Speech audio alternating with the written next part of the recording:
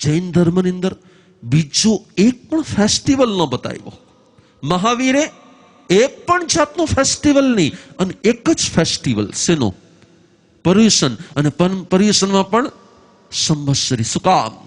તો કે ભગવાનને ખબર હતી, ભગવાન સર્વજ્ઞ હતા, ભગવાન સુપર સ્પેશિયાલિસ્ટ ડોક્ટર હતા. એને ખબર હતી કે જગત આખું દુઃખી થાય છે, જગત આખું દુઃખી થાય છે એક જ કારણે, ક્રોધને કારણે નહીં.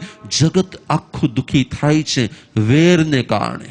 વેરને કહેવાય છે એલર્જી. વેર એટલે શું? અંદરનો અણગમો. વેર એટલે શું? અંદરની ગાંઠ. વેર એટલે શું? અંદરમાંથી જ એ પર્સન પ્રત્યેની નેગેટિવિટી. બોલો, તમારા બધાની લાઈફમાં કોઈ પર્સન છે કે નથી? એટલે જ પરમાત્મા કહે છે ક્ષમાપના કોની સાથે કરવાની છે? ક્ષમાપના ગમતા સાથે કરવાની છે કે અણગમતા સાથે કરવાની છે? ગમતા પાસે જઈને તમે કહેશો ખમાવું છો, બહુ આપણે સોરી, આપણે કાંઈ નથી, પણ તમે મારી પાસે ખમાવો તો મારે તમારો પ્રોબ્લેમ જ ક્યાં છે? લોકો સંતોની પાસે જઈને કે હું ખમાવું છું, પણ સંતો સાથે પ્રોબ્લેમ ક્યાં થયા હોય?